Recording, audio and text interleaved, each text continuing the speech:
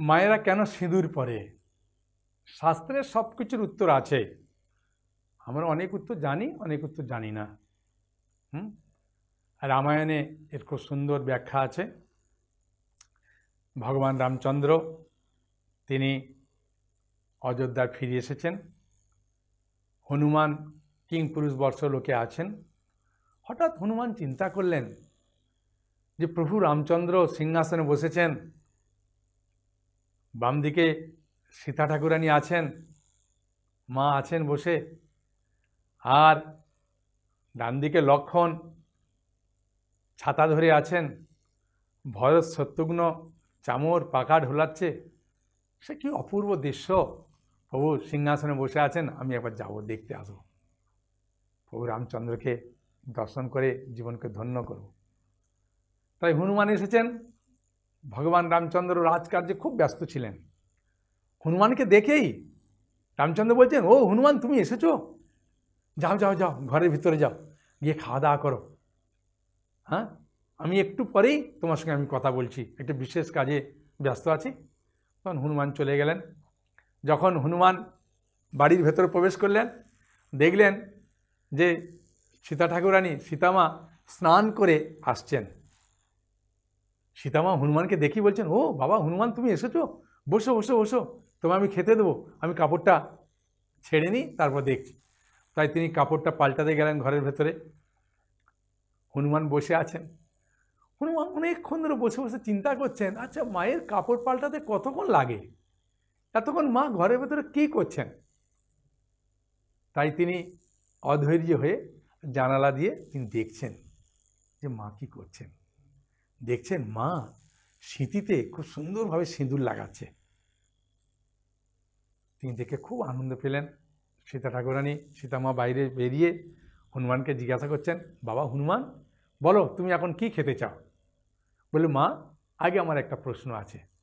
বলে, বলো বাবা, কি প্রশ্ন বলো তোমার? বলে, মা আপনি ওই সিঁথিতে যে সিঁদুর লাগাচ্ছিলেন, এটার কারণ কি? বললেন, ও বাবা হনুমান, এই সিঁথিতে আমি সিঁদুর লাগাবার সময় তোমার প্রভুর চরণ চিন্তা করতে করতে তোমার প্রভুর পুরা মুখমণ্ডল আমি দর্শন করলাম। তোমার প্রভুর আয়ু মঙ্গলের জন্যে, আয়ু বৃদ্ধির জন্যে, তোমার প্রভুর মঙ্গল কামনা করে সেই জন্যে এই সিঁথিতে সিঁদুর লাগাচ্ছিলাম। ও মা, তাই প্রভুর মঙ্গল কামনা করে প্রভুর আয়ু বৃদ্ধি করে সিঁদুর লাগাচ্ছিলেন? বলে, বাবা হনুমান, এখন তুমি বলো কি খেতে চাও? বলে, মা ঘরে যা আছে তাই দেন, তাই খাবো, আমি প্রভুর কাছে এসেছি, আমায় যা দেবেন সেটাই আমি খুব আনন্দ সহকারে খাবো। তাই বলে সীতামা ঘরের ভেতরে গেলেন খাবার আনতে। আর হনুমান সেই সময় কোথায় বাইরে গিয়ে সে পুরা সিঁদুরকে একদম গায়ে লাগিয়ে চলে এসেছে। রামচন্দ্র ভগবান রাজকার্য থেকে এসে বলছেন, সীতে হনুমান কোথায়? হনুমানকে খেতে দাওনি? বলে, প্রভু আমি হনুমানকে এখনই বললাম বসো, আমি ভেতর থেকে যা আছে নিয়ে আসছি, তা আর এখন দেখতে পাচ্ছি না। হনুমান বলছে, মা আমি এই তো মা, এই তো। বলছে, বাবা তোর গায়ে এত সিঁদুর লাগানো কি ব্যাপার? বললো, মা প্রভুর মঙ্গল কামনার জন্যে, প্রভুর আয়ু বৃদ্ধির জন্যে মা আমি অল্প সিঁদুর কেন লাগাবো, তাই সারা গায়ে মা আমি সিঁদুর লাগিয়ে এসেছি।